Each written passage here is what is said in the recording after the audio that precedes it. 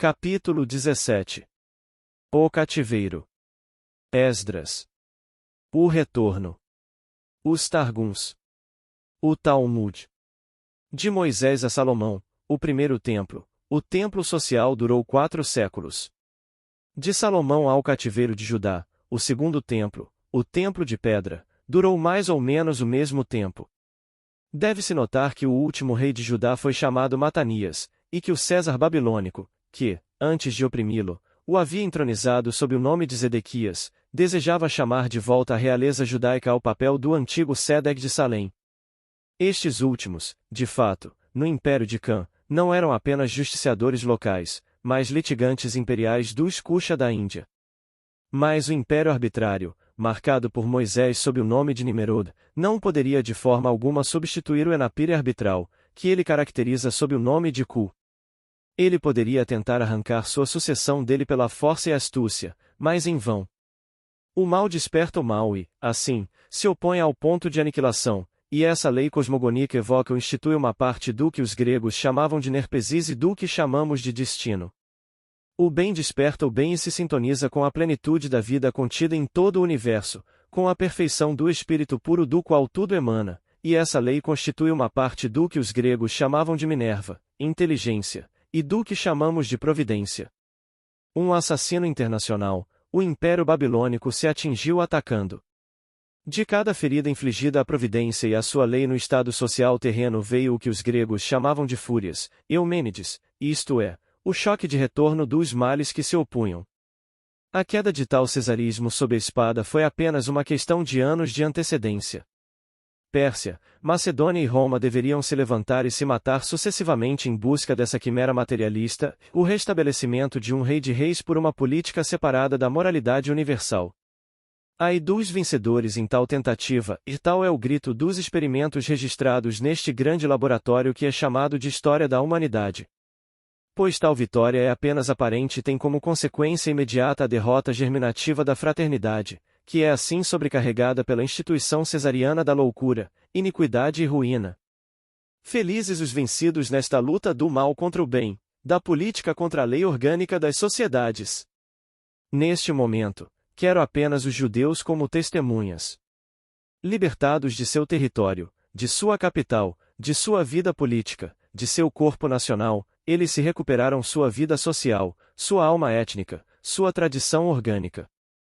Asterisco apague a águia do mar, este pequeno povo nunca está mais vivo do que no meio das tempestades que engolem os navios pesados. 11 Encontra lá suas asas, ele assume todas as suas energias masculinas e flexíveis, todo o vigor, toda a estrutura de suas instituições originais. E então ele se levanta inteligentemente com o sopro da tempestade, enquanto os grandes corpos políticos se precipitam, colidindo estupidamente uns com os outros. Aquilo que mataria qualquer outro grupo humano revitaliza este, reduzindo-o ao seu tipo orgânico e original. O Carral, ou Terceiro Conselho, o da arbitragem das comunas pelos anciãos, não tendo mais ação política a exercer, recuperou seu verdadeiro funcionamento social.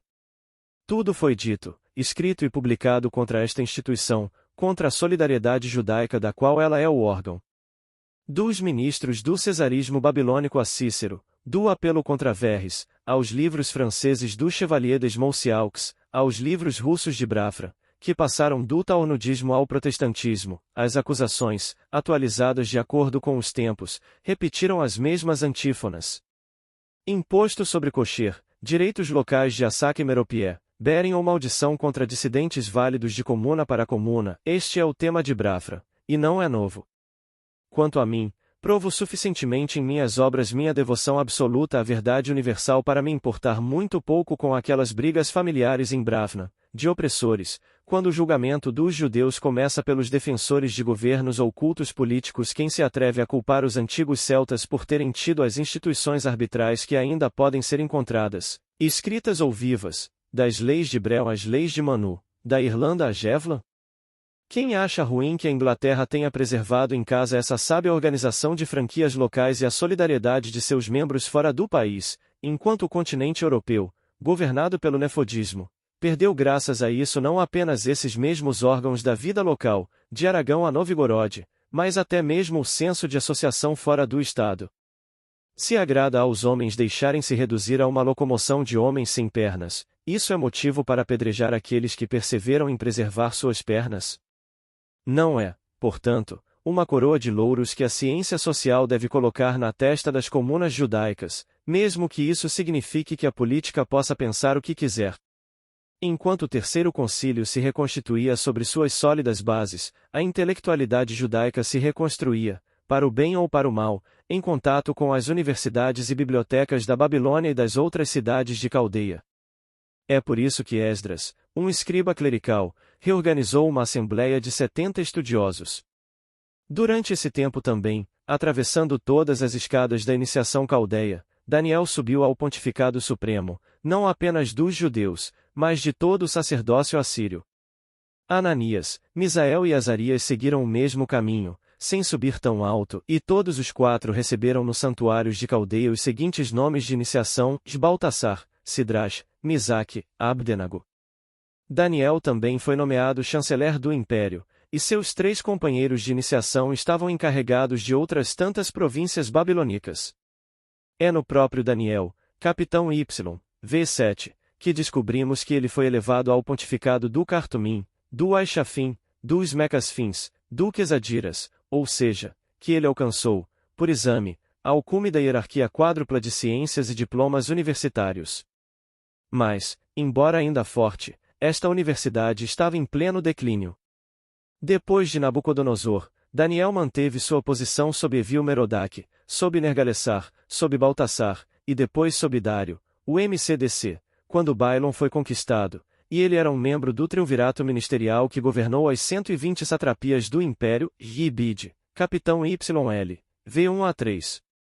Ele triunfou sobre a famosa conspiração dos sátrapas e sempre permaneceu um grande dignitário sob Dário e Ciro, Ibid, V28. Foi sob Dário, filho de Assuero, que ele teve a inteligência dos anos de exílio, e isso pelos livros hieráticos, e W. Capítulo 9, V2. Aqui estão vencidos que certamente estão em melhor saúde do que seus vencedores, e esta não é uma das menores lições oferecidas pela passagem deste punhado de comunas celtas por todos os impérios políticos do mundo. Esta elevação de Daniel prova mais uma vez tudo o que eu disse sobre a aliança secreta dos ortodoxos dóricos, preservando nas profundezas dos mistérios a tocha moribunda da ciência esotérica. Peço ao leitor que consulte a descrição da Babilônia contida no capítulo 10º do presente livro. É uma cidade formidável, na qual 4 Londres estariam à vontade, ou seja, todas as capitais da Europa, ou quase. Roma, mesmo nos dias de seu esplendor, se parecerá com uma pequena cidade provinciana ao lado desta metrópole de impérios violentos. Foi lá, nos palácios imperiais de 400 pés de altura, que foi tecido o tecido político que cobriu o mundo inteiro com suas redes. Foi lá que os estados maiores atraíram para suas fileiras regulares inúmeros mercenários, do árabe turaniano, do medo ao celta da Escandinávia. Foi lá, graças à escravização da Síria, que as expedições navais foram comandadas, assim como as campanhas terrestres, seguindo com os olhos o mapa do mundo e os ciclos, que a Europa conheceria sob o nome de Beroso. Foi lá que uma formidável polícia teceu suas teias de aranha e as espalhou por todos os impérios e reinos, todos os templos e universidades. Foi lá, finalmente, que Nabucodonosor, trancado sob 20 portas de bronze em seu escritório, com a cabeça entre as 2 mãos, governou pela força metade da humanidade. Durante esse tempo, os judeus, arbitrados por seus comuns, governaram e julgaram a si mesmos, e se espalharam nos vários ramos da atividade social, para onde suas aptidões os levavam. Como na Europa atual, a economia pública era poderosa, embora sobrecarregada e incompreendida pelo cesarismo e todas as suas consequências orçamentárias. Os próprios tijolos estão emergindo do solo hoje, para dizer que não há nada de novo sob o sol e que todos os nossos sistemas de transações, empréstimos, bancos, câmbios, descontos, notas promissórias, etc., estavam em vigor nessas sociedades antigas. Da mesma forma, os observatórios, os laboratórios, as bibliotecas dos templos deixariam pouco a desejar para os cientistas de nossos dias e lhes abririam horizontes singulares sobre a biologia do cosmos há muito tempo fechados. Mas o que restou do Chaldean Sussex doce estava envolto em tais precauções para proteger as bordas de seu esoterismo contra os olhos de Argos da polícia imperial, que a iniciação estava longe de ser fácil. Foi pela mesma razão que, desde o tempo de Nino, todos os dórios, do Tibete ao Egito, de Saleni e do antigo Ebire a Delfos, proferiram esta frase significativa, após a inspeção das pessoas que estavam presentes nos mistérios, que partam aqueles que vêm de Babel.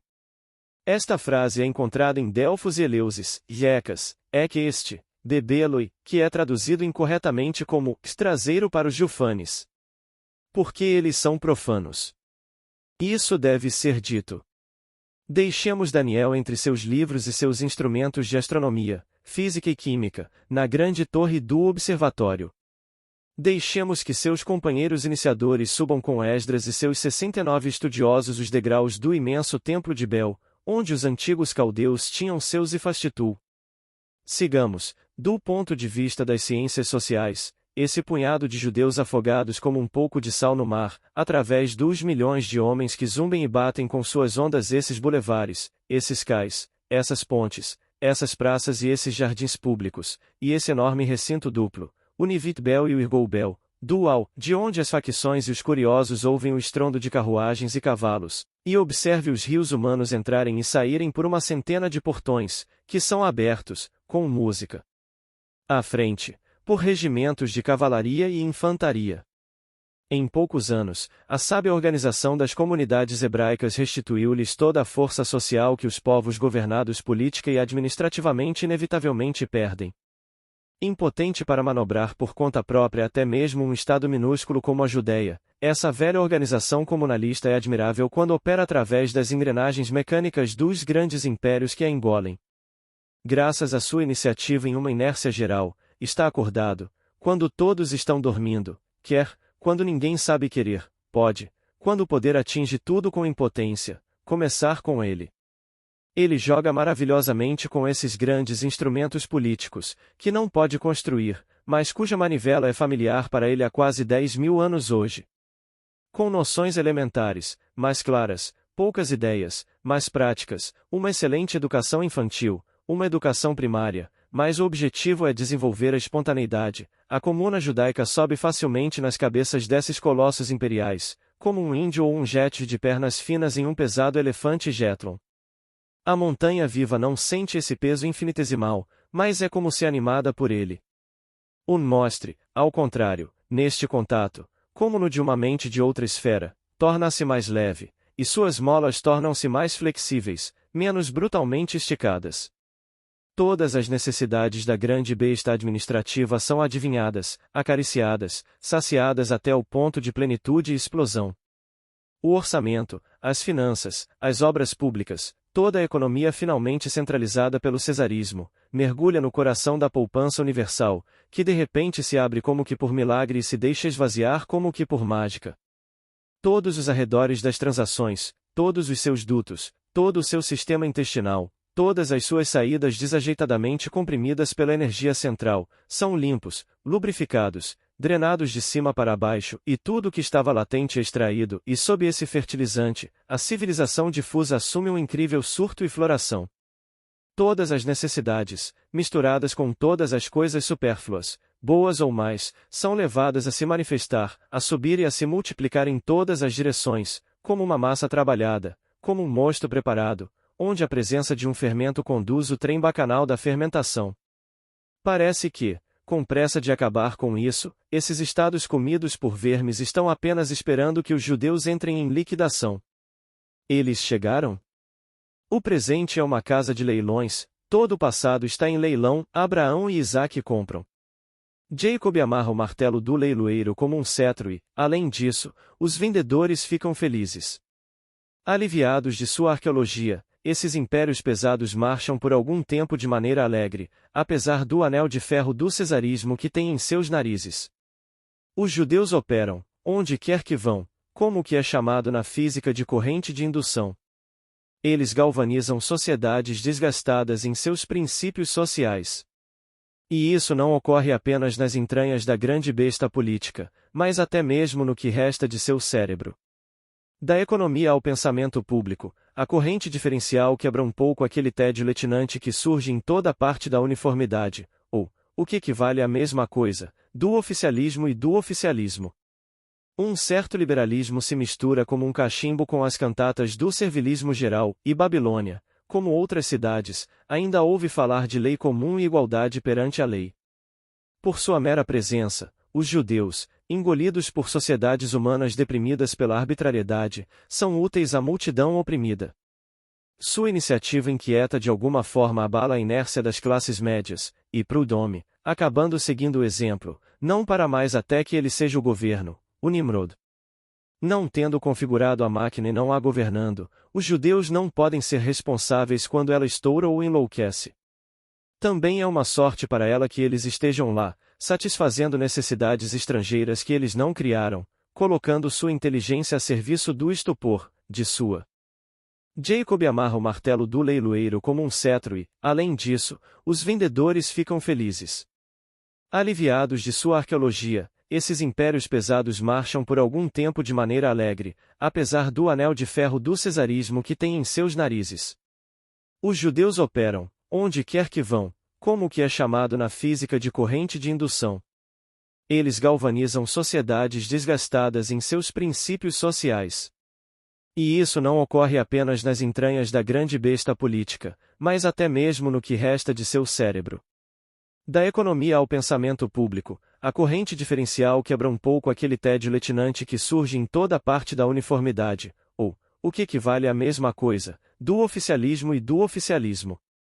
Um certo liberalismo se mistura como um cachimbo com as cantatas do servilismo geral, e Babilônia, como outras cidades, ainda ouve falar de lei comum e igualdade perante a lei.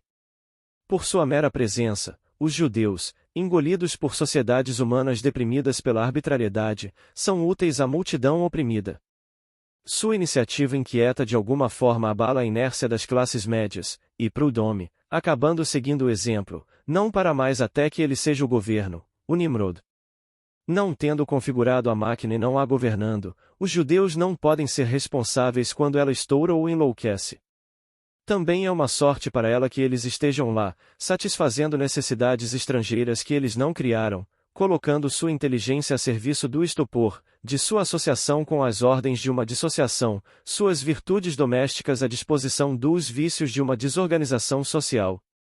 É maravilhoso ver, de ciclo em ciclo, de século em século, na Caldeia de Irshou, no Egito dos Ixos, na Babilônia de Nabucodonosor, no Império dos Césares Romanos, no cristianismo de 1648 até os dias atuais, este ensinamento dado pelos infusórios ao mastodonte, pelo musgo ou pelo líquen ao baobá, pelo visco ao carvalho, pela molécula social para aqueles grandes corpos políticos fundados por e sobre a arbitrariedade, a iniquidade, o desperdício e, acima de tudo, a falta de inteligência. Que a feroz besta política, depois de ter se mordido, fique enfurecida, e que ele, em pânico, sem saber a quem culpar, atribua sua doença mortal ao pequeno que foi capaz de preservar sua propriedade, livre para carecer de justiça e justiça, que ele está doente. Não é nova, essa anarquia governamental que é picada em seu tempo pela tarântula antijudaica, semitofobia. Veja, sem sair da Ásia, aqui está um primeiro-ministro, aqui está Aman gritando, e diga aos judeus. Todos os políticos de todos os grandes impérios militares, de toda a realeza, de todas as repúblicas da iniquidade ou da pouca justiça, ressoaram periodicamente aquela velha trombeta rachada, que, no entanto, nunca soou nada além de seu próprio julgamento final. Em certas horas críticas de sociedades esmagadas por falsos poderes, o velho demônio de Thor, assombrando um após o outro todos os nemrodismos da raça branca, colocou todos os seus touros na rotina contra a pequena besta pelo amor de Deus quando, por força da loucura governamental, da anarquia de cima, da anarquia de baixo, da uniformidade administrativa, do burocratismo, do desperdício orçamentário, sua máquina oficial, da qual a arbitrariedade é a alma, enlouquecer, rachar e morrer, Tanis. Nínive, Babel, Estacar, Tiro, Atenas, Roma, então todas as nossas capitais, de Moscou, Berlim e Viena, e Paris hoje, e Londres amanhã, em vez de fazer seu meia-culpa, em vez de restabelecer seus poderes sociais, faça esta enorme descoberta e diga adeus a Mardoqueu. E observe que são os homens iluminados os primeiros a proferir este belo grito das trevas, até que a multidão estúpida mate e saqueie, aniquile e roube, queime e afogue, como simples reis da Idade Média resgatando, massacrando e exilando os judeus. Seja ele acadico ou egípcio dos reis pastores, persa ou macedônio, grego ou romano ou cristão no nome, em todos os lugares e sempre, o político, no final de sua inépcia, impotente em consequência do poder, incapaz de inventar o menor remédio para os males que criou, no entanto, encontra esta trufa, antissemitismo, e ele se apressa em contar a seu Midas este segredo aberto: os judeus são um Estado dentro do Estado. Não, mas eles sabem como permanecer em um estado de preservação em um estado destrutivo de toda a organização social, saudável, e isso é tudo. Se o político, a quem a arbitrariedade é suficiente para governar os povos, não professasse o mais oficial desdém pelas ciências sociais, ele teria observado os judeus, e, portanto, considerado conclusiva sua experiência de um organismo, graças ao qual eles sobreviveram por quase 5.000 anos nos círculos políticos pelos quais passam. Este organismo rudimentar é a comuna celta primordial, é a arbitragem elementar da qual eles levaram da Europa a noção e a prática, 6 séculos antes de Kant, que estabeleceu sobre essa mesma base todo o edifício grandioso de seu império arbitral e sua sinarquia teocrática. Entre os povos estrangeiros, os judeus, como os guebres e os árabes, seus irmãos, como os celtas bodam, seus ancestrais, nunca formaram um Estado, mas uma arbitragem comunal dentro do Estado arbitrário. Ora, a comuna dos antigos celtas não era de Paris, nunca teve o menor caráter político, era a molécula social em sua constituição real, e nada mais. Esta comuna regulava seus próprios assuntos por árbitros, nomeados pelos pais e mães de família, como o ajudante na Índia, como a Assembleia dos Paitis no antigo Irã, como o terceiro conselho em todo o Império de Khan até o cisma de Irshu. Este é o grande segredo da vitalidade social dos bodos e dos povos do ciclo do cordeiro e do carneiro que permaneceram de pé, como a China, como os judeus, como os parsis, etc. Na Assíria, como em nossos grandes estados atuais, onde a centralização política dos antigos poderes sociais feriu até a medula o organismo das sociedades, era um crime não ser tão insalubre quanto o ambiente político predominante. Os judeus sabiam disso bem, e é por isso que a elite intelectual de sua nação os cobre com o escudo de sua organização unida e carrega pela tempestade, pela força, o cotovelos e cérebro, todas as situações influentes, todas as posições em destaque. É por isso que Daniel é o soberano pontífice do império, depois o grão-chanceler, porque Ananias, Misael e Azarias são governadores de tantas províncias babilônicas. Isso não é tudo, o império vai ser movido, o elemento turaniano representado pela dinastia babilônica seria derrubado pelo impulso militar dos arianos e dos iranianos persas. É por isso que, na Pérsia como na Assíria, em Sus como na Babilônia, a aliança judaica está em ação.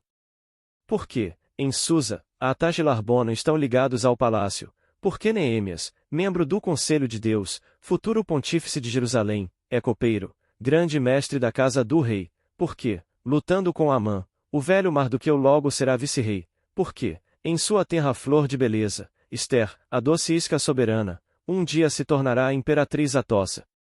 É por isso que, finalmente, enquanto esta organização, tendo por única força sua inteligência e sua solidão, joga seu jogo sobre os destinos dos 2 estados rivais, Esdras, na própria Babilônia, de acordo com Daniel na cidade imperial, de acordo, em Suze, na cidade real, com Neemias e Mardoqueu, forma um colégio de 70 estudiosos, e prepara com antecedência e com certeza toda a reformulação das escrituras, toda a reforma da educação, toda a reorganização pedagógica de sua nação para o retorno triunfante à Palestina. Enquanto o Estado-Maior social de Judá e Benjamim, depois de ter se fechado em si mesmo, se desdobra magistradamente, lemem através de todos os cumes e direções babilônicas e persas, sob esse escudo de intelectos e almas associados no mesmo espírito de preservação, todas as hierarquias inferiores de habilidades também se puseram à conquista pacífica de todos os bens da vida material.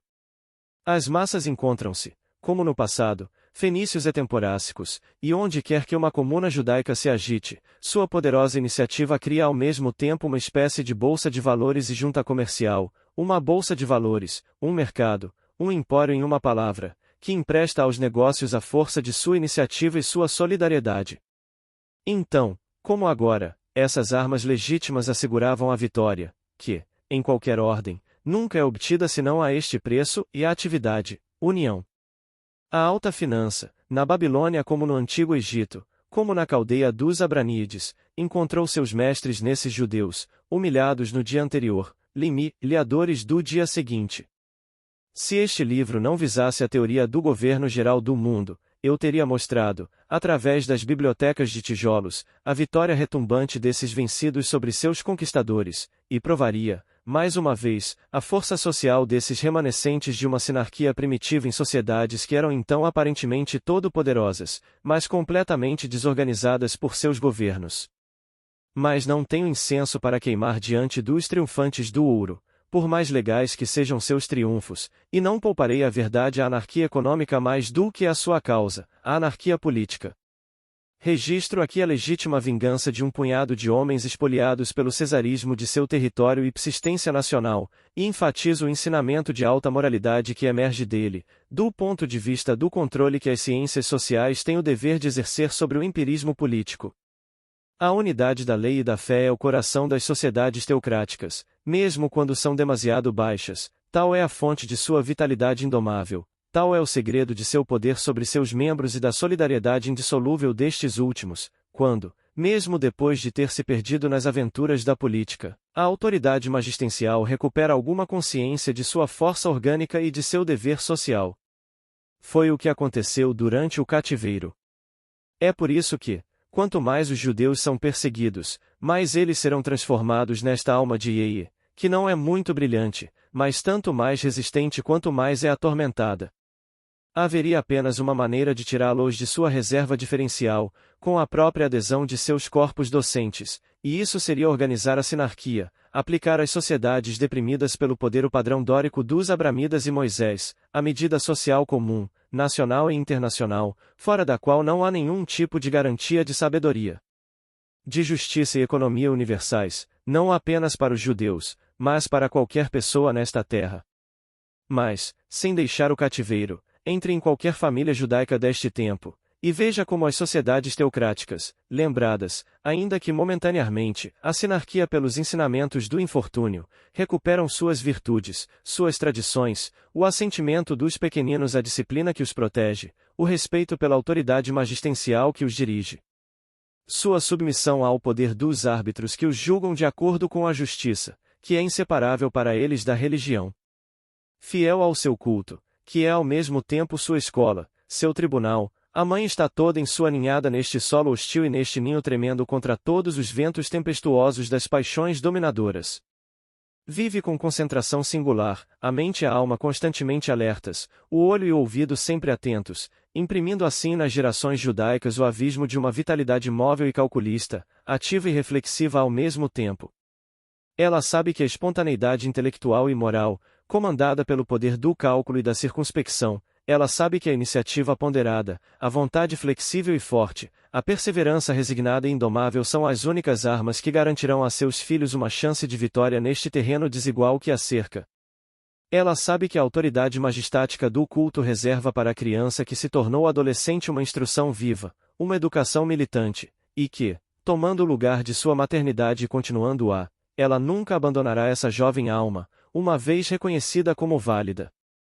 Portanto, ao ensinar a sua ninhada o amor do Pai, ela também lhes ensina o respeito pelos mestres, que serão seus juízes e protetores, e a veneração pelos sábios que, para ela, como para Ana, a mãe de Samuel, são os raios vivos do Deus do conhecimento total.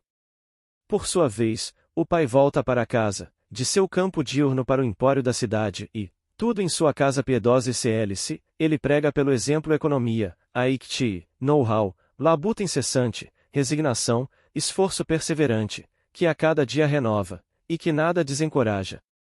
Ele fala dos obstáculos, das decepções, das humilhações devoradas em silêncio, do apoio de sua família e, finalmente, do sucesso lentamente calculado, perseguido, obtido.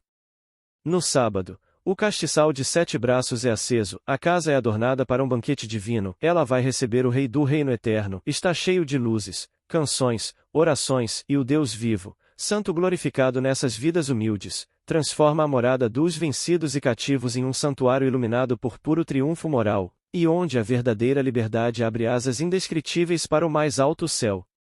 O pai e a mãe, o noivo e a esposa são um. Como a mãe é um, o homem obteve a mulher somente após longos anos de espera religiosa e doce servidão, e eles desfrutam devotamente do próprio céu na terra, a lei do reino de Deus. Portanto, a criança não passa entre os dois, entre a autoridade da mãe e o poder do pai, e não reina no lar pela divisão dos pais, e a loucura e o egoísmo não governam as famílias, em vez da sabedoria e do amor. O poder do noivo coloca a criança de joelhos diante da autoridade materna, o amor e a sabedoria da esposa gentilmente o curvam diante da justiça do pai, e de repente se prostram livremente diante da sabedoria eterna e do amor eterno. Tal, em sua primeira essência, é a família judaica, tal era, em toda a antiga sociedade do cordeiro e do carneiro, a família como Ram a constituíra. Mas para organizar assim, do alto do céu do entendimento humano, a família terrestre é a imagem de seu tipo celestial, é necessário um raio divino puro como o dos Abramidas e Moisés, ou a totalidade dessa religião universal, desta síntese de todas as verdades da ciência e da vida, que Ram colocou à frente de seu governo geral.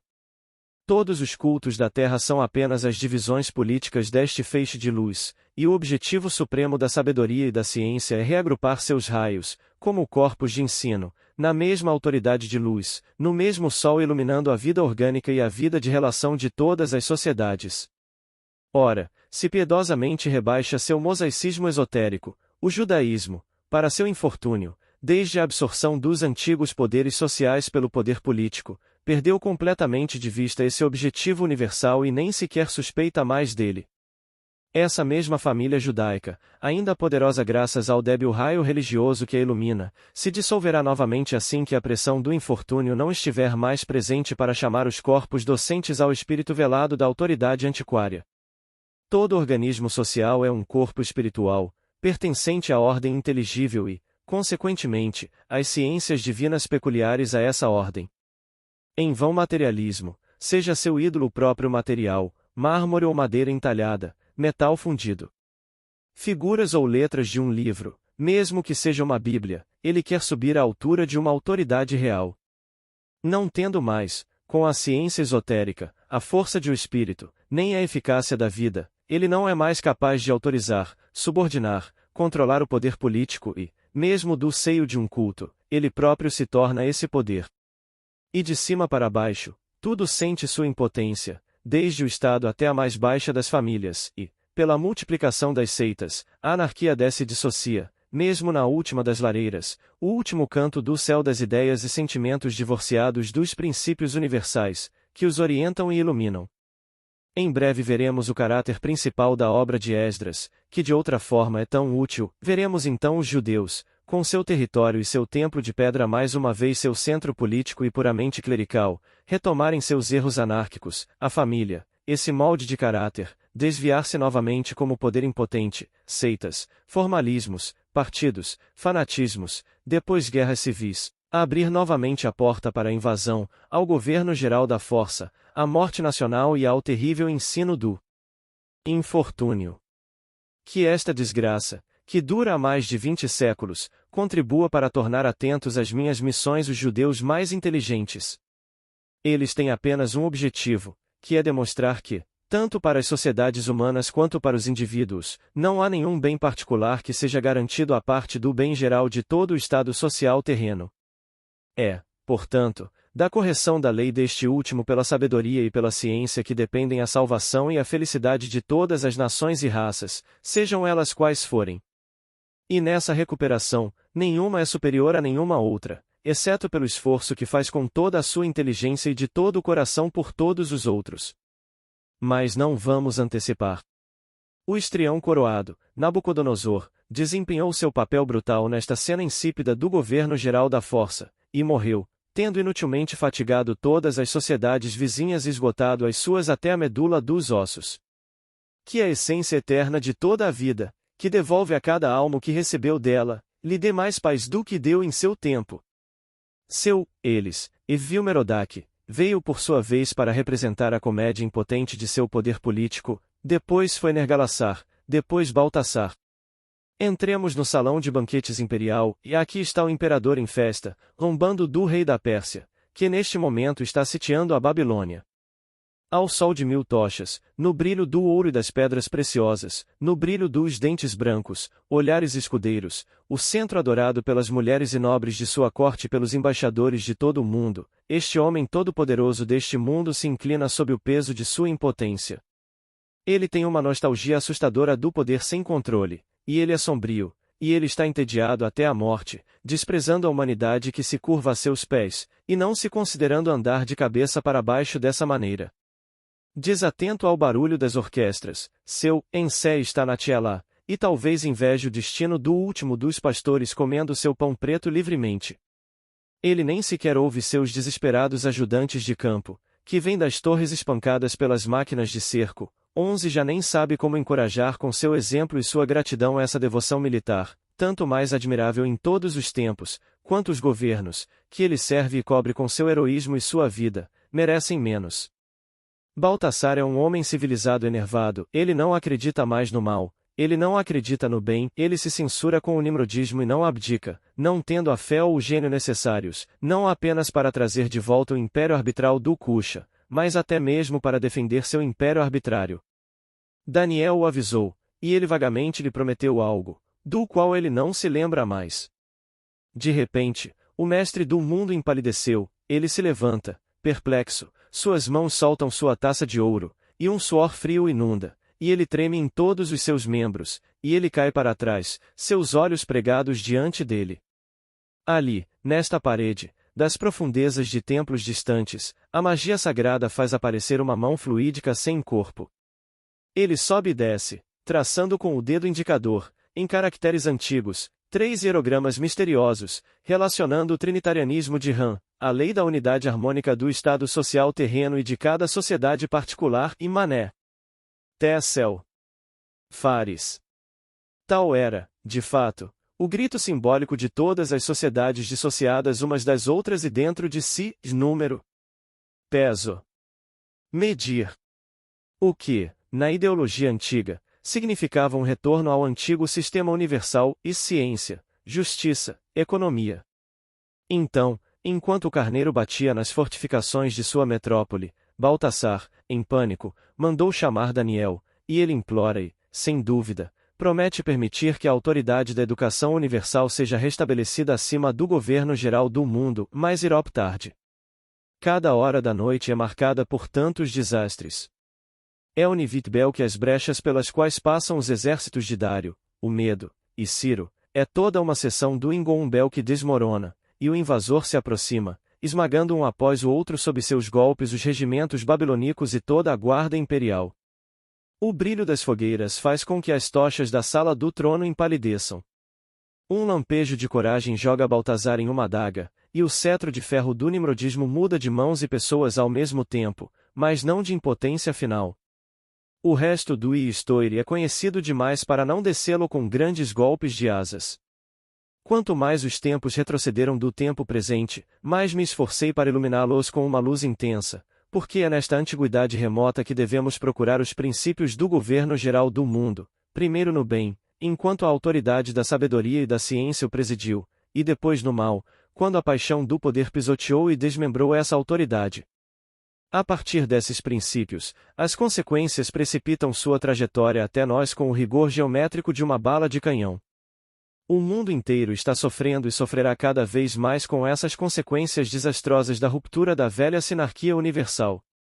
3 povos, no entanto, ou melhor, 3 intelectualidades sociais distintas, pois é isso que constitui as nações e as raças, 3 anéis do velho ciclo, resistirão ao choque de todos os poderes políticos de outras nações.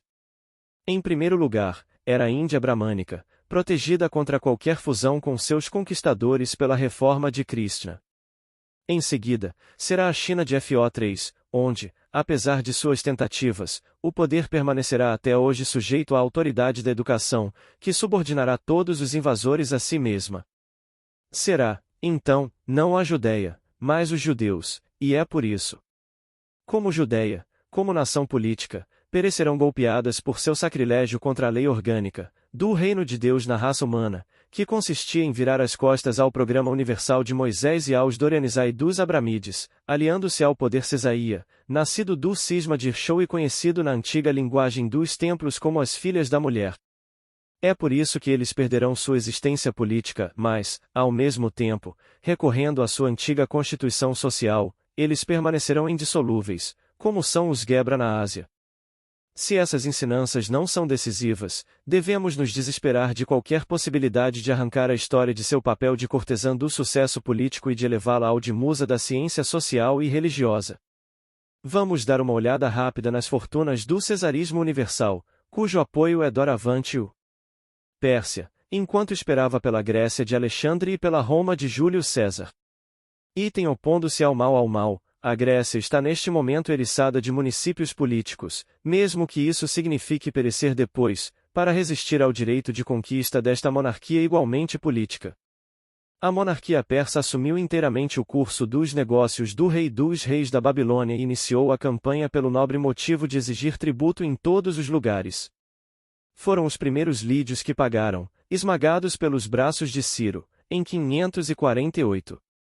Então foi a vez de Tiro e Sidom, graças à captura da Babilônia. Por outro lado, a mesma economia rodoviária era praticada até as margens do Indo. Em 525, Cambises, na qualidade de rei dos reis, não da justiça, mas da força, veio para devastar o Egito e tirar dele tanto a bolsa quanto a vida nacional. Em 512 foi a vez dos turanianos da Ásia, dos citas da Europa e logo da Grécia, que se tornaram partidários da independência da Jônia e se uniram sob a ação dos sacerdotes do templo dórico de Delfos. Os judeus estavam necessariamente, ou por sua própria vontade, com os césares persas, entre seus soldados, entre seus estados-maiores e até mesmo à frente de suas tropas. Durante esse tempo, eles obtiveram as importantes concessões, graças às quais Esdras trouxe de volta uma certa parte de seu povo para a Palestina.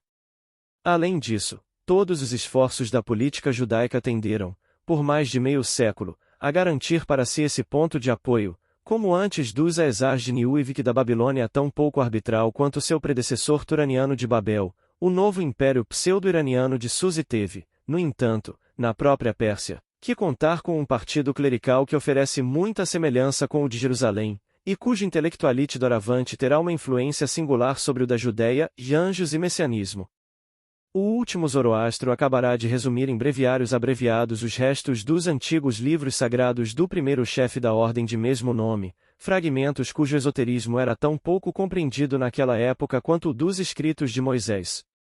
Um fato semelhante ocorreu na China com os reis, dos quais Confúcio, um prud'homme de gênio, deu a média moral, à maneira do bom homem Franklin, enquanto Lao Tse, uma mente de escopo superior, extraiu dela os princípios de sua escola esotérica.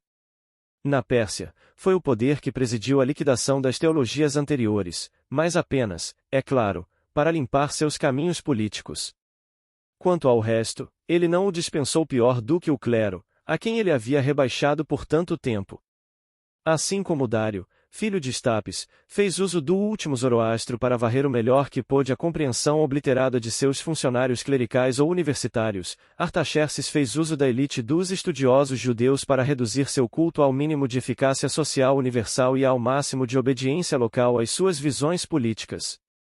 Tudo isso foi certamente discutido de antemão pelo imperador, não apenas com Esther, não apenas com os ministros imperiais de nacionalidade judaica, Mafdecai, Neêmias, Latash e Arbona, mas também e acima de tudo com o que restou do corpo de magos, descendentes dos hebreus primitivos do Ebir. O resultado foi um notável edito do Rei dos Reis, o único testemunho nos livros de Esdras e Neêmias que é de interesse para a religião e sociologia universais, exceto, no entanto, o edito anterior de Ciro. Apagando esses documentos até certo ponto ora um império político que tive, e que tantas vezes terei que julgar por frutos piores, tenho o dever de citá-los, e veja Esdras, 7ª, 12, 26, para o Édito de Artaxerxes, e Ibidem, 1, 2, 5, 4, para o Édito de Ciro. O decreto de Ciro traz um singular cunho piedoso, peculiar aos anarquistas cesarianos que, sem controle jurídico, sem autoridade sacerdotal acima deles, pretendem manter por direito divino, sentados em algum lugar nas nuvens, os bens que devem à pilhagem de territórios e ao massacre das soberanias que os cercam. Uma madame de Krudner, oriental e judia, certamente estava por trás deste decreto. Eva, Deus do céu, de quem tenho todos os reinos da terra, ordenou-me reconstruir sua casa em Jerusalém, em Judá. Este texto prova que a política judaica, pouco preocupada com os outros templos dóricos, testemunha-os de Tés e Delfos, esperava subordinar-se misticamente ao seu próprio império persa, e que quase conseguiu, graças à inclinação do bom Ciro de se canonizar, tendo seu sistema de governo geral confirmado pelos representantes degenerados do bispo por arbitrariedade. Grande antagonista da tríplice lei do reino de Deus. Todo o título é atitude de Artaxerxes mais ou menos trabalhado contra os judeus pelos samaritanos. Assim, ele regula a questão judaica de uma maneira que não é muito sentimental e que não abre a porta para qualquer confusão de poderes clericais políticos. Artaxerxes, rei dos reis, a Esdras, Corrém, mestre escriba teve na lei do Deus do céu, e da seguinte forma: fica ordenado em meu império que quem quer que seja do povo israelita, do Coenir e dos levitas, tenha a generosidade de segui-lo até Jerusalém, que assim seja. Aqui, o tom não é muito místico, e o César fala em plena consciência de sua função terrena, em vez da lei do IFVA, que ele absolutamente eclipsa. Nos últimos versos do edito, a subordinação política a esse poder cesáreo se impõe como um rufar de tambores. Por mim, Artaxerxes, a ordem é dada a todos os receptores imperiais, etc., etc. Quanto a ti, Esdras, nomeia oficiais e juízes, e quem não observar a lei do teu culto e a lei imperial, faça-se justiça imediata a eles. É, portanto, o partido clerical judeu que está autorizado a reorganizar a nacionalidade política na Palestina, sob a cobertura e com o apoio do cesarismo persa. Esses fatos são de extrema importância, presentes e futuros. Assim, a arrancada de Jerusalém em 586 pelo Império Arbitrário no qual seu sectarismo a levou a confiar, a política judaica foi reimplantada lá, por força de habilidade, mas sempre subordinada ao governo geral da força, que é o oposto do papel da autoridade universal. Asterisco é, portanto, o nimrodismo que fatalmente presidirá a vida das relações das sociedades Lilma e deprimirá com todo o seu peso toda a sua vida orgânica, intelectual, jurídica e econômica. Este mesmo Nemrodicine, continuando pela apoteose babilônica a eclipsar e anular a autoridade divina nesta terra, pode mudar sua máscara teatral e seu primeiro plano nacional. Ele pode passar da Ásia para a Europa, chamar-se filho de Júpiter com Alexandre, filho de Vênus e soberano pontífice com César. Ele sempre será o filho da mulher separado do homem. Como dizia a velha ideografia, ele sempre será o grande cisma, anarquia política, coroado ou não. E assim será até o dia em que, das profundezas do esoterismo das comunidades leigas de Israel, um verdadeiro sacerdote, Jesus, o Cristo, rejeitando todas as tentações do Satanás político, assumindo o programa social do Mosaísine aberto, arrancará do coração, da alma e da consciência dos povos celtas até mesmo a apoteose imperial, lavará e purificará em seu sangue, e o tirará, para entregá-lo diretamente a Deus, aos refúgios inacessíveis de seu reino. Seguirei agora muito de perto a reforma clerical que Esdras impôs ao judaísmo, sob a capa e com o apoio prévio do cesarismo persa. Mas, para lançar luz sobre essa reforma, devemos voltar ao que foi o ponto de partida, 164 anos antes.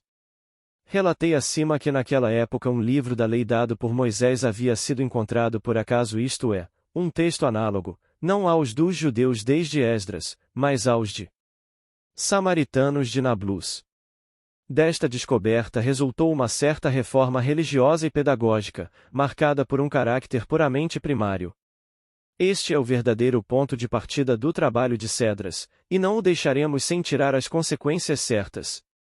Vimos, em conexão com o mesmo fato, que Leucias, então sumo sacerdote, se dirigiu ao escriba Shafra e seu filho Aicão, que, não entendendo o texto moisíaco mais do que ele, recorreu à sessão junica do Conselho dos Deuses, ou o que restou dele. As comunidades leigas indicaram-lhe a profetisa Olda, que de alguma forma restabeleceu o significado esotérico. Eucias e seu clerical college começaram a partir daí a realizar uma reforma puramente formalista e brutalmente iconoclasta. O caráter primário deste último, mais clerical do que religioso, mais político do que social, prova pouco a favor da intelectualidade da ciência de Osias e de todo o seu sacerdócio rebaixado. Mas demonstra mais uma vez o total esquecimento da ideologia moisíaca por esse mesmo clero, a quem a política há muito fez cair de seu grande e magnífico papel como conselho de Deus e autoridade social. Apenas certas comunidades de iniciados leigos ou profetas de ambos os sexos mantiveram, mais ou menos rotilizadas, as chaves do hermetismo mosiano e, para sua própria segurança, entregaram apenas o significado esotérico ao sacerdócio, que havia degenerado em uma parte clerical. Para que o leitor não manche o fio de Ariana que já coloquei em suas mãos, lembro-lhe novamente que esse hermetismo, bem como o leão morto no qual o legislador do Leebus o havia incorporado, eram tais que o próprio Moisés deveria entregar a Josué, ao chefe de seu conselho dos deuses, as chaves orais de seus escritos, sob pena de permanecer em uma carta fechada. Êxodo, capítulo 7, VU. Portanto, não há dúvida de que o leitor pode ser entendido quanto a este fato, o hebraico, ou melhor, a língua dos templos de Osíris, como Moisés a usou, é hermeticamente fechada, escrita icograficamente não pode ser entendida sem chaves. O sacerdócio, o antigo conselho de Deus, tornou-se, graças à política, um mero clero oficial, quer tenha ou não guardado essas chaves científicas, desde o ancestral da autoridade pelo poder, da sinarquia pela monarquia sem controle, isto é, desde Saulo? O fato de o sumo sacerdote Leucias ter recorrido a reitor Elolda responde a esta pergunta, e isso é tanto mais verdade quanto mostra que esse sacerdócio não foi capaz de preservar o texto da lei. O corpo de leigos iniciados, o antigo conselho dos deuses, tantas vezes dizimado pela política e finalmente reduzido por ela a fechar-se cada vez mais no mistério de suas comunidades, preservou melhor essas chaves perdidas pelo sacerdócio?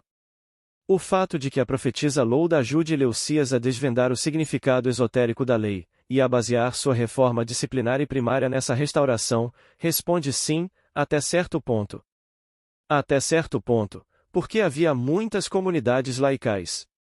Eles eram aprendidos, quanto mais se mantinham distante do poder paitique, e quanto menos falavam, certos de que eram capazes de correr, até a morte, sem produzir o mínimo bem social, Tissaer asterisco doce escurecia não sendo mais Aikprit, mas o poder, ou o instrumento deste último, asterisco VV, se essas comunidades leigas, remanescentes estudiosos e eruditos do antigo conselho dos deuses suplantados em seu poder de justiça pela monarquia, achavam possível agir de forma eficaz, não teriam deixado de o fazer? A história está aí para dizer que a morte não assustou tais homens, desde os 70 mortos por Arimeleus até Jesus Cristo. Asterisco, mas, não esqueçamos, o grande apoio social da universidade secular, que por si só teria tornado sua ação efetiva, Israel, ou, se preferirem, as 10 tribos deixaram de existir. E não havia necessidade, para as comunidades laicais de que falo, de procurar este apoio no sacerdócio de Judá, e o facto precedente é uma prova inegável disto, porque mostra em que medida a política influenciou esta última. Essa análise orgânica da interação das antigas instituições que fundamentam a história judaica é indispensável se quisermos entendê-la e tirar proveito da Bíblia para as ciências sociais e para a religião do Reino Universal de Deus. Com os israelitas das 10 tribos, o escudo vivo dos profetas e da tradição esotérica desapareceu, e é bom lembrar que esses mesmos israelitas, em contraste com os judeus, representavam um psaísma aberto, o universalismo aliado aos templos metropolitanos do Egito e de outros lugares, como tantas vezes provamos. É precisamente esse passado que o clericalismo de Judá perseguirá até mesmo no Talmud. Portanto, se, desde o ano 720, a profecia não morre de uma só vez, ela perde, em Judá, seu caráter cecial, para revesti-la com um literário, que não era do gosto do antigo conselho dos deuses, e que se conforma mais ou menos com a política interna e ela o gerou os de Judá. Já em 727, Miqueias, 3, 9, 12, tinha sido capaz de marcar a venalidade dos sacerdotes, profetas e juízes de Judá. Asterisco não se deixará de ter em mente as grandes e gloriosas figuras de Isaías, Jeremias, Ezequiel e eu. Vou responder a essa preocupação legítima. Isaías é um grande filósofo religioso, um letrista deslumbrante, um Sêneca dobrado como um Sófocles, mas sua ação social, quase inteiramente limitada à literatura, está exatamente de acordo com a má política externa de seu povo, como mostramos.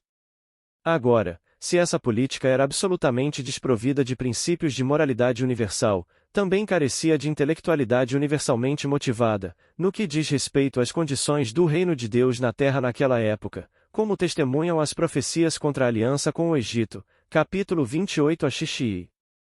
Isaías, portanto, um admirável poeta profeta e um político judeu, e não um profeta israelita do tamanho de Elias e Eliseu, nem, menos ainda, de todos os seus predecessores no segundo concílio.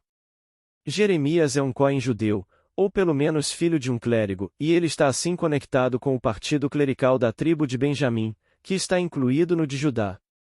É em seu tempo, e sem ele, que a profetisa Olda ajuda Eusias, o grande padre em sua reforma disciplinar e primária. Este fato prova que havia diplomas na Universidade Secular dos Profetas, e que por trás dos oradores e escritores que viajavam pelas cidades judaicas sob a influência do partido clerical, havia, nos cormonautes seculares, homens e mulheres eruditos, que não falavam, não escreviam e, portanto, não davam poder ao poder. E dedicando-se ao estudo do esoterismo mosiano em uma vida puramente religiosa. Teriam esses sábios, agora calados em silêncio, preservado suas ramificações secretas nos mistérios dos templos ortodoxos do Egito e em outros lugares, de acordo com o mosaicismo aberto e o universalismo de Israel? Sim, e preciso apenas do seguinte fato como prova disso. Em 587, durante o cerco de Jerusalém pelos babilônios, os babilônios Jeremias é jogado na prisão, depois em um poço baixo. No entanto, é um iniciado egípcio, Ebed-Melech, que vem salvá-lo. Foi também um exército egípcio que suspendeu temporariamente o cerco às tropas assírias, depois de ter infligido enormes perdas a elas durante a noite.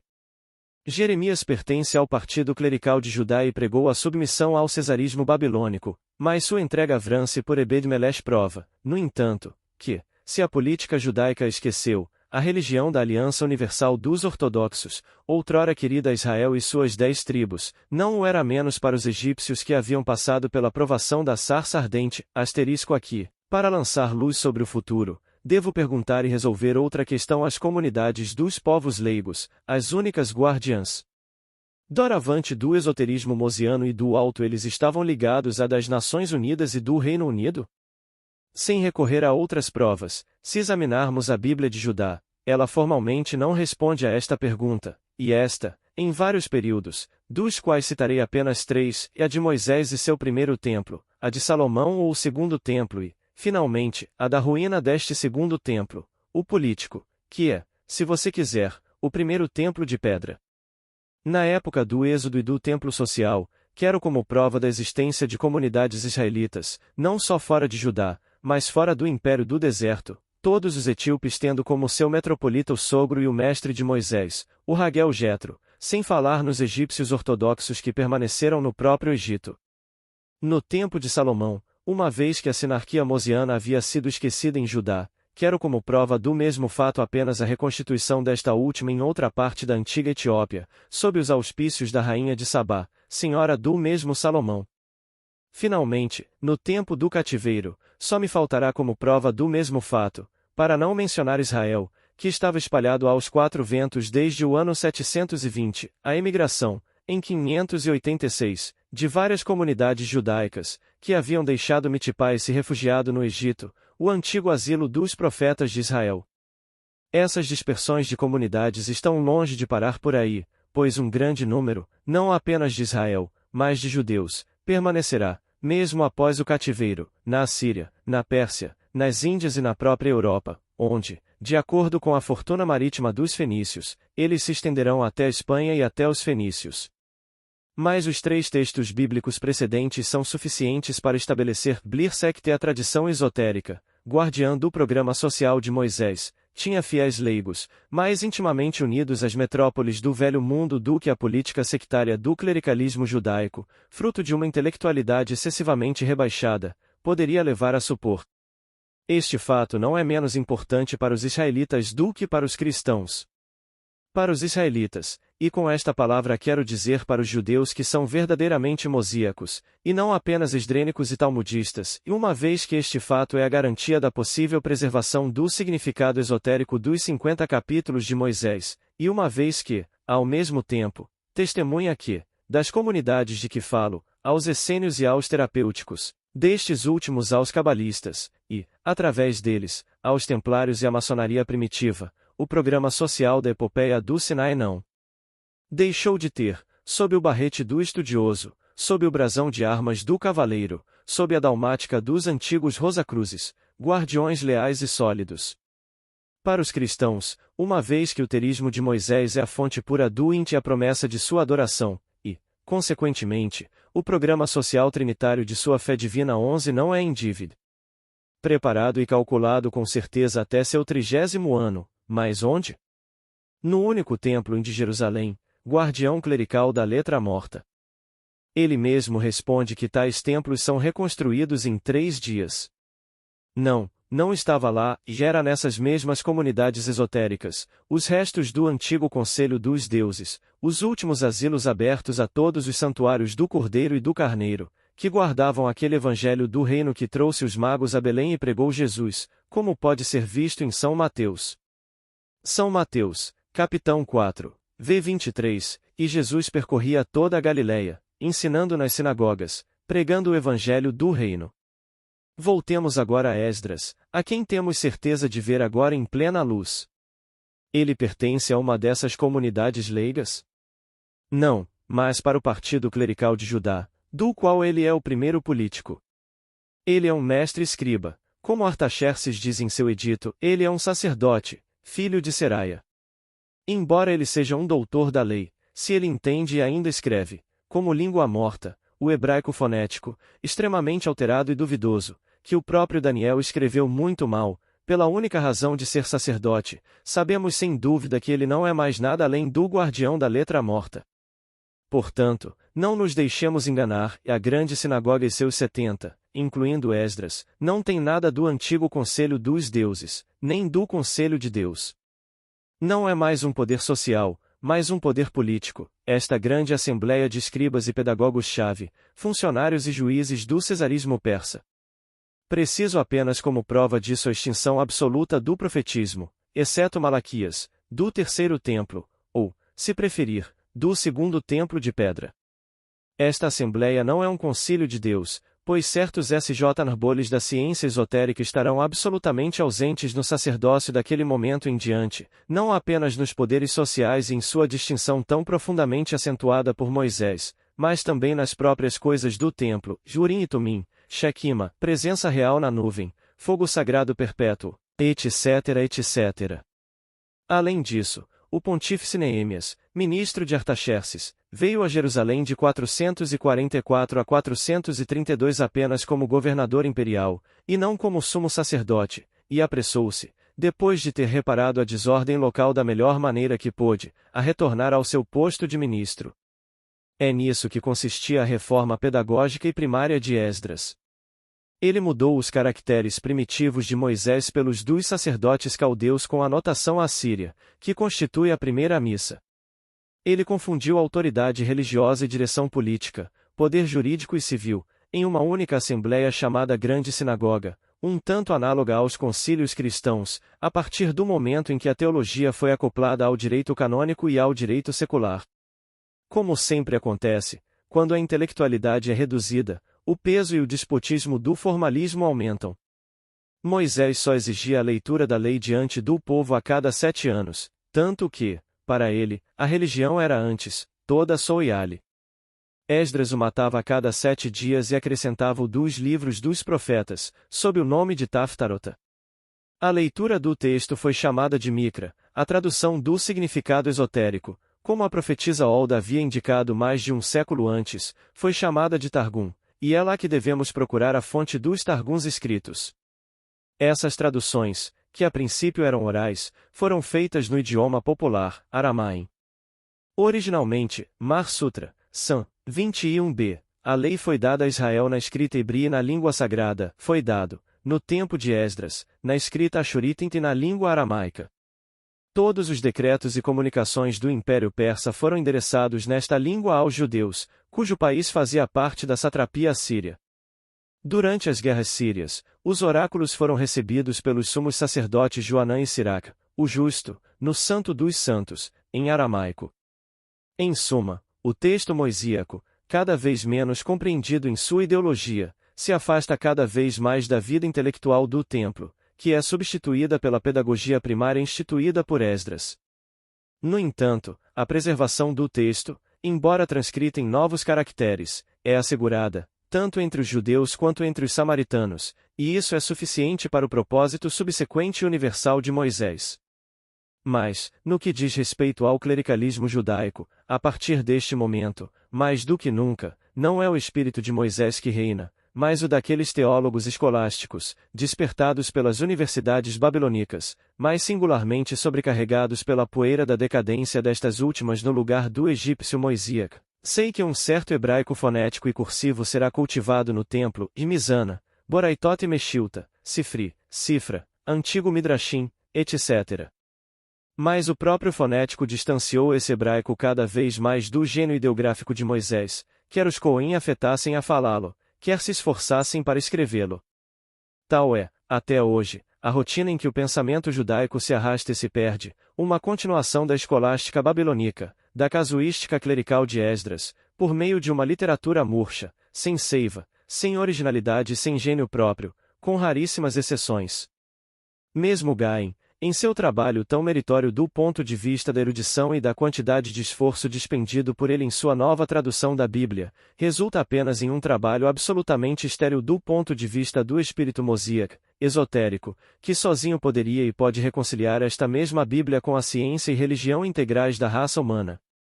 Nenhuma garantia, de fato, existe na posição desses pontos vocálicos e acentos tônicos, que acompanham a escrita hebraica, ou melhor, assíria, e pouco importa, seja para a mente judaica ou para a mente humana como um todo, que os hierogramas ideográficos de Moisés sejam pronunciados foneticamente, especialmente de acordo com os erros de línguas absolutamente estranhas à sua, caldaico, aramaico, siríaco, helenístico, etc.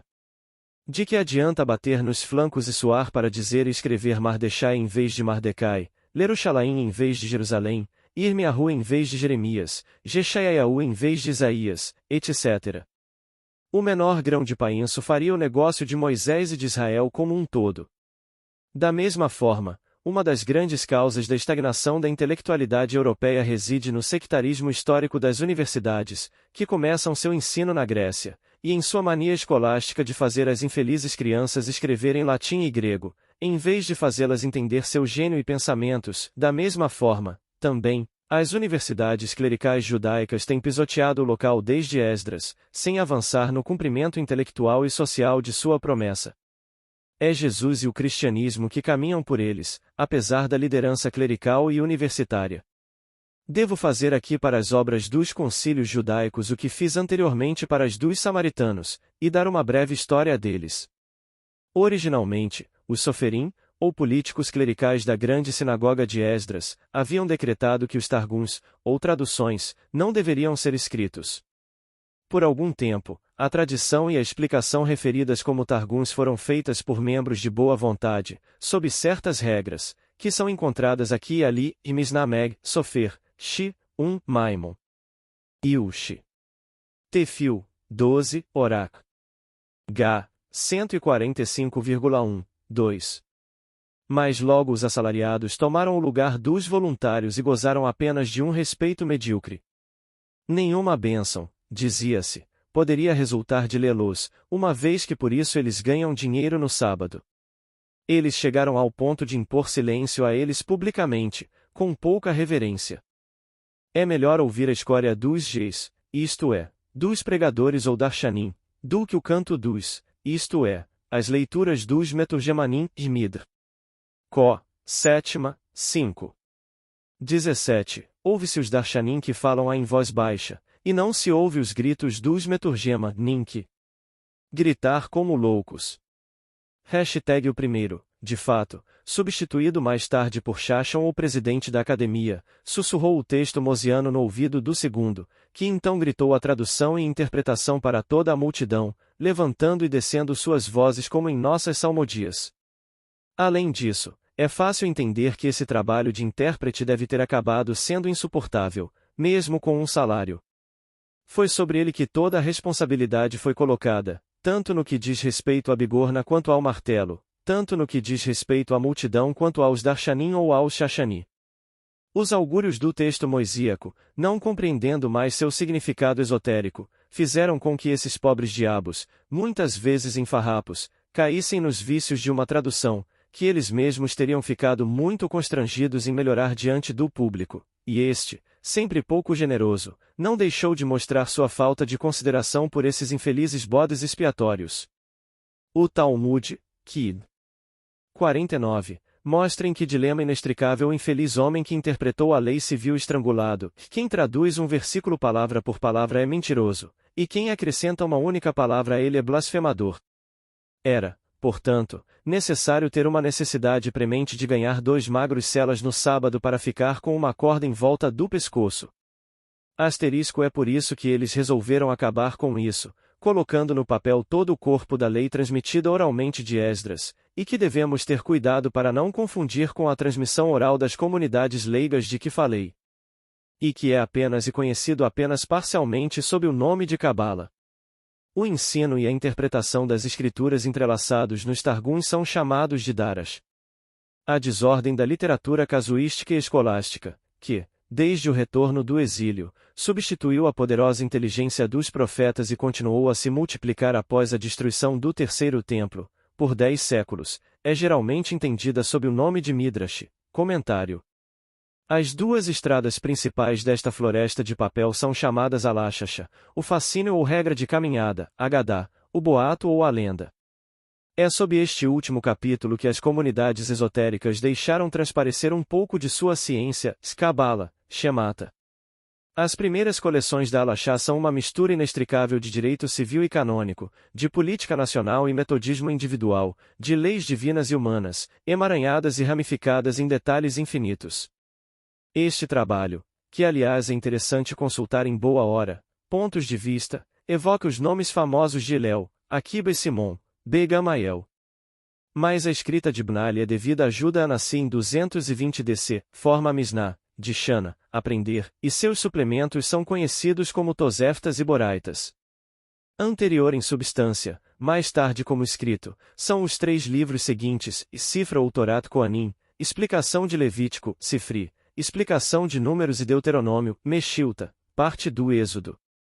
Os reitores do período da Misná, após o Soferim de Esdras, são os Tanim, que foram sucedidos pelos Amoraim.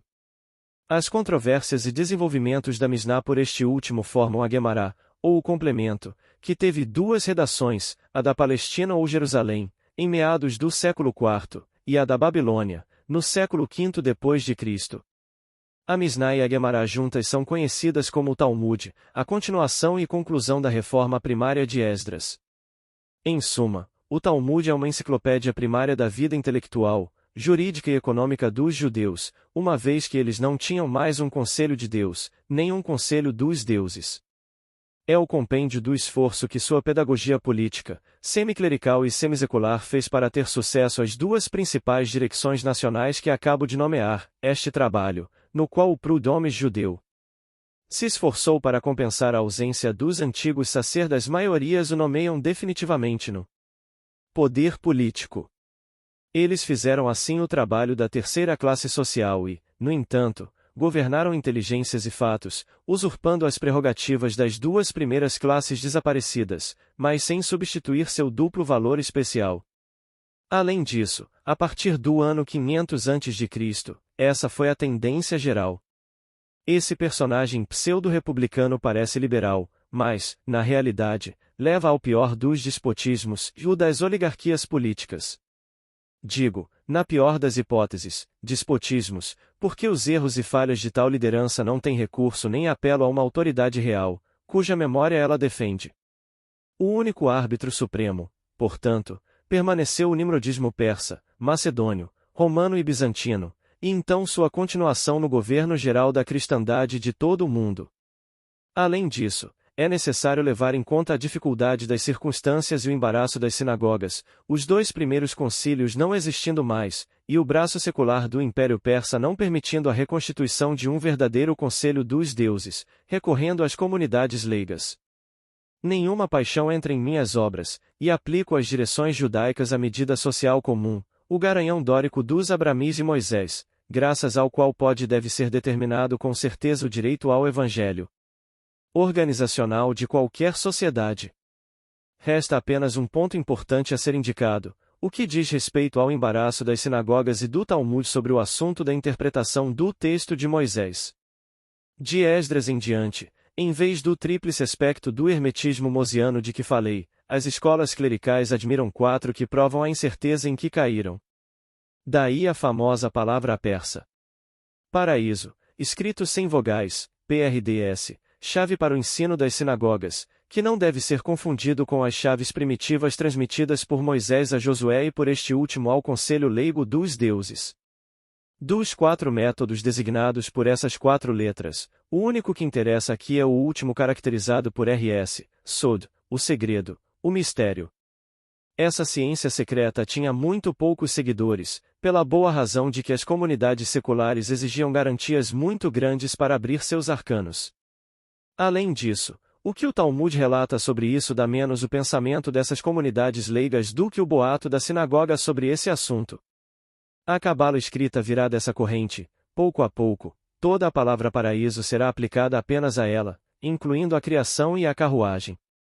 A analogia com as doutrinas do Egito, Pérsia e Caldeia atingiu todos aqueles que lidaram com isso do ponto de vista da teodiceia geral.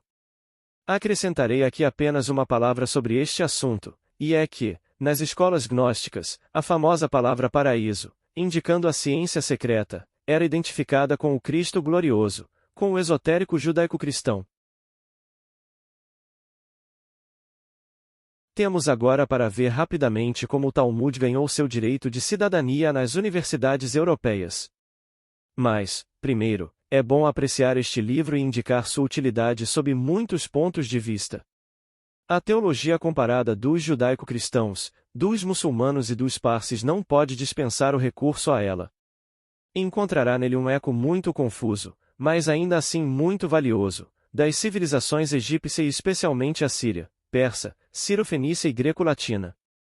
A jurisprudência comparada terá que recorrer a ela pelas mesmas razões, e também coroar este estudo frutífero com o ápice do ângulo de comparação, o costume jurídico-religioso dos celtas, no Ocidente, a lei de Ram, que se tornou a lei de Manu, no Oriente, comparando esta última com os livros chineses.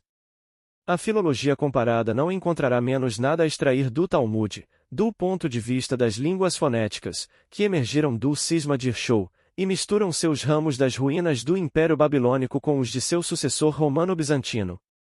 Medicina, astronomia, matemática, as chamadas ciências ocultas, também encontrarão um pouco de mel para colher neste venerável grimório. Mas esse estudo metodicamente dividido exigiria primeiro uma classificação dos assuntos, pois tudo isso é um pouco como um poema em um tinteiro, como um mundo em um caos primordial. Agora vou manter minha promessa de um aviso relatando as vicissitudes do Talmud antes de chegar às nossas universidades. Quando os concílios cristãos, a transformação do grande sinagoga, havia feito o mesmo trabalho primário do ponto de vista deles, quando eles tinham assim amalgamado à sua maneira, suas ideias com as do mundo greco-romano, foi uma verdadeira briga de irmãos e irmãs entre eles e as sinagogas. E quando Teodósio veio para armar os prudomies clericais da cristandade com o braço secular, a perseguição não deixou de perseguir o Talmud, que não merecia. No entanto, nem esse excesso de honra, nem essa indignidade. Em 553, por exemplo, o César Justiniano, como um simples naboriaçar, emitiu um decreto de proibição contra o Grimório Pobre, na forma de uma circular dirigida ao prefeito Ariobindo, de novela 146, Peri Hebraion. Assumindo a sequência de assuntos do cesarismo romano no modo pedagógico primário, o imperialado clerical dos papas superou seu rival bizantino. Até Clemente VIII, e ainda mais tarde, houve um fogo contínuo de excomunhões. Bispos, imperadores, reis, atentos à batuta do maestro intelectual do Ocidente, responderam ao seu chamado com um verdadeiro fogo convergente. Touros em suas cabeças, anátemas, pastorais, éditos e decretos saudaram o Geti, e, sob essa cobertura, os reis, muito pagãos neste caso, não deixaram de espremer a esponja da poupança judaica até o ponto de sangue. Em meio a todo esse barulho, os monges, acreditando, sem dúvida, que estavam clamando a algum feiticeiro formidável, correram para as armas e enviaram livros para a cabeça do Talmude, como Lutero enviará seu tinteiro para o nariz do diabo. Não estou exagerando nem um pouco, pois aqui está um bravo capuchinho, Henry Senensis, que coloca sua caneta libra-u ao vento e escreve em uma careta de controvérsia, VT narra o Talmud de Rabiim, como diz o Rabi Talmud. Mas não devo omitir um fato que data do ano de 1507 e que honra o papado. Liber Damnabil, Honório IV escreveu, em 128g, ao arcebispo de Cantuária, e desde então todos os políticos da teologia primária repetiram, Liber Damnabilis, Damnabilior, Damnabilmin. Durante esse tempo, nenhum dos perseguidores pensou em ler este livro condenado antecipadamente por ato de fé. Foi então, em 1507, que o Papa Clemente V, antes de condenar o Talmud, quis saber um pouco o que ele continha. Mas como nenhum membro de seu clero foi capaz de esclarecê-lo sobre esse assunto, ele foi obrigado a ordenar a fundação, em Paris, Salamanca, Bolonha e Oxford, de 3 cadeiras de hebraico, caldeu e árabe. Isso era para agir como um pontífice soberano, mas já disse o suficiente, na missão dos soberanos, como a política invalidou necessariamente a augusta função do soberano pontificado. As universidades não responderam à iniciativa inteligente de Clemente V, eles continuaram a digerir o latim da cozinha, e as perseguições contra o Talmud começaram de novo. No início do século XVI, vivia na Alemanha um certo ignorante fanático chamado Pfefferkorn, que, sem dúvida para justificar seu nome, cavalgava mais de nunca o hobby do Talmud colocando pimenta na boca. Item. Armado com cartas da princesa Cunegunde, irmã do imperador Maximiliano, ele veio a esta última em Pavia, e obteve dele um decreto de confisco e queima na fogueira, sujeito a exame por uma comissão especial. O confisco ocorreu com o acompanhamento obrigatório de perseguição e pilhagem, mas não foi o Talmud que o fogo atingiu, foram os bonés dos acadêmicos de todos os países. Reuchlin, que foi nomeado presidente do comitê, era um homem honesto e um estudioso, e, embora católico, ele conhecia o hebraico rabínico, ou melhor, o siríaco-ararauano, misturado com várias línguas. Ele acabará de restaurar os estudos gregos na Alemanha e há muito exigia uma revisão da Vulgata sobre o texto caldeu-hebraico, daí a guerra entre ele e Pfefferkorn. Era repugnante para o cientista ajudar na destruição de um livro. Foram os judeus que o escreveram, gritou o Igno, Hunting. Nosso Senhor Jesus Cristo não era judeu?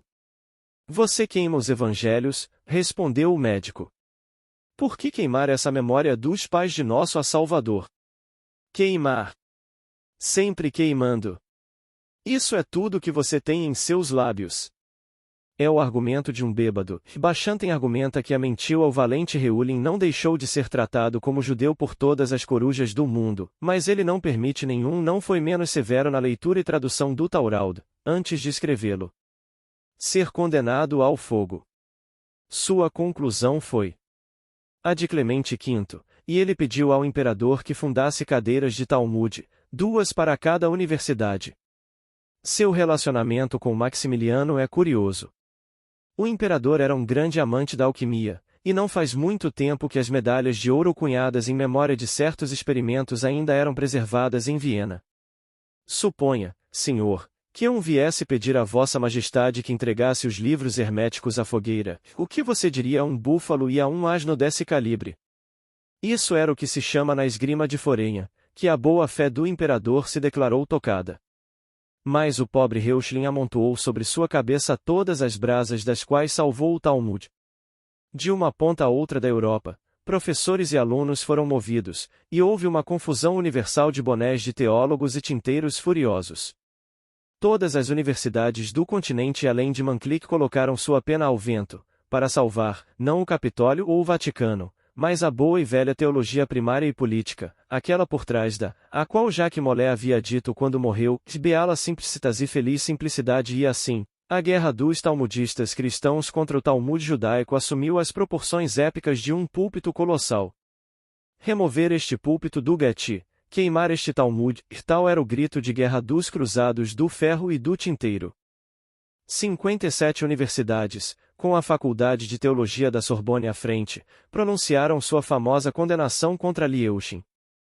Mas este último, um robusto Ajax, observava silenciosamente os inúmeros projéteis, tela sinictu, voarem ao seu redor, panfletos, jornais, caricaturas, etc.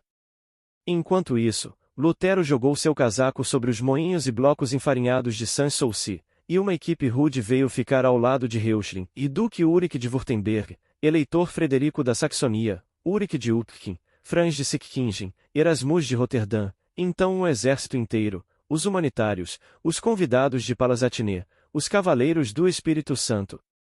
Como vemos, os cabalistas não perderam seu tempo, apesar do extermínio da Ordem dos Cavaleiros Templários. Graças à política espanhola da Santa Sé, o Talmud tornou-se o pretexto para todas as reivindicações de liberdade intelectual contra a arbitrariedade dogmática da época e contra a política imperial resultante dessa arbitrariedade. Que essas experiências históricas demonstrem mais uma vez a excelência do programa social dos Abramides, de Moisés, de Jesus, distinção absoluta de autoridade e poder, controle de um pelo outro, substituição da política sem princípios pela sinarquia de três poderes sociais especiais. Que todos os cultos judaico-cristãos finalmente se apropriem desse leal programa intelectual e social, tornando-se assim novamente a cabeça espiritual dos povos e de todas as sociedades judaico-cristãs, e restaurem em sua majestade a autoridade da ciência e da consciência universais acima do governo geral de astúcia e violência. O futuro da religião judaico-cristã está aí, e sem esse esforço continuará a perecer, e, com ele, o judaico-cristianismo. O racionalismo primário do Talmud, fruto dos concílios judaicos, oposto ao dogmatismo igualmente primitivo dos concílios cristãos, foi um porrete na mão de Reuchlin, e atingiu a rotina universitária, enquanto Lutero atacou a reação do Vaticano contra o Concílio de Constança. É assim que a tocha da liberdade secular está sempre acesa na fogueira da arbitrariedade clerical, que devemos ter cuidado para não confundir com o princípio da teocracia, pois é exatamente o coritário. Das profundezas da própria Itália, Reuchlin foi encorajado. Não é o Talmud que defendemos em você, é a Igreja, gritou Egídio de Viterbo ao velho médico alemão, non Talmud sed ecclesiamo liberty ganhou seu caso, o grimório dos concílios judaicos não foi para a fogueira, mas para a impressão, pois a primeira edição completa dele foi impressa em Veneza em 1520. No mesmo ano, reunindo em torno de si a equipe de Reuchlin, Lutero, em Wittenberg, queimou não o Talmud, mas a bula papal. Foi assim que o Alcorão do protestantismo judaico, datado de Esdras, adquiriu, na Europa, seu direito de cidadania universitária no berço do protestantismo cristão, então servo da liberdade, não dos povos, infelizmente. Mas os governos têm ciúmes de qualquer controle supranacional. Sobre este assunto, veja as Memórias dos Soberanos, páginas 180 a 248. A reação cesariana foi ainda mais violenta contra o Talmud. Em 1553, provando que nem sequer havia lido o título, apesar da edição de 1520, Júlio III chamou esse infeliz livro de Gemarote Talmud. Paulo IV em 1559, Pio V em 156g, Clemente VIII em 1592 e 1599, novamente fulminado. O cesarismo espanhol, tomando o papado entre seus dominicanos e seus jesuítas na Espanha, forçando a reação do Concílio de Trento, assim triunfou, mas a que preço posterior? Sua política de combate na disciplina e na pedagogia primária do clero. Durante o segundo século XVI, o Talmud teve as honras de uma Joana d'Arc e um grão-mestre de Tecumliers. Ele foi queimado 6 vezes em praça pública e por carroças. Que perseguição no Guelti por trás desses autos de fés! Por fim, eles terminaram onde Clemente V desejava começar, e começaram pouco a pouco a ler o Liber Damnaelis. A edição de Basileia data de 1578, mas não oferece a garantia da de Veneza, pois foi feita sob o olhar de um censor armado, não apenas com tesouras, mas com uma incrível falta de constrangimento. Foi assim que, sempre que se tratava de Roma, esse zelote ignorante, confundindo a Roma dos Césares com a dos papéis, substituiu seu nome pelos da Pérsia, Aram, ou assim é também que a palavra gentios foi substituída aleatoriamente por egípcios, arameus, amalequitas, árabes e até negros. Mas deixemos esse assunto para trás e voltemos ao tempo em que o nenrodismo persa ocupava o governo geral do mundo.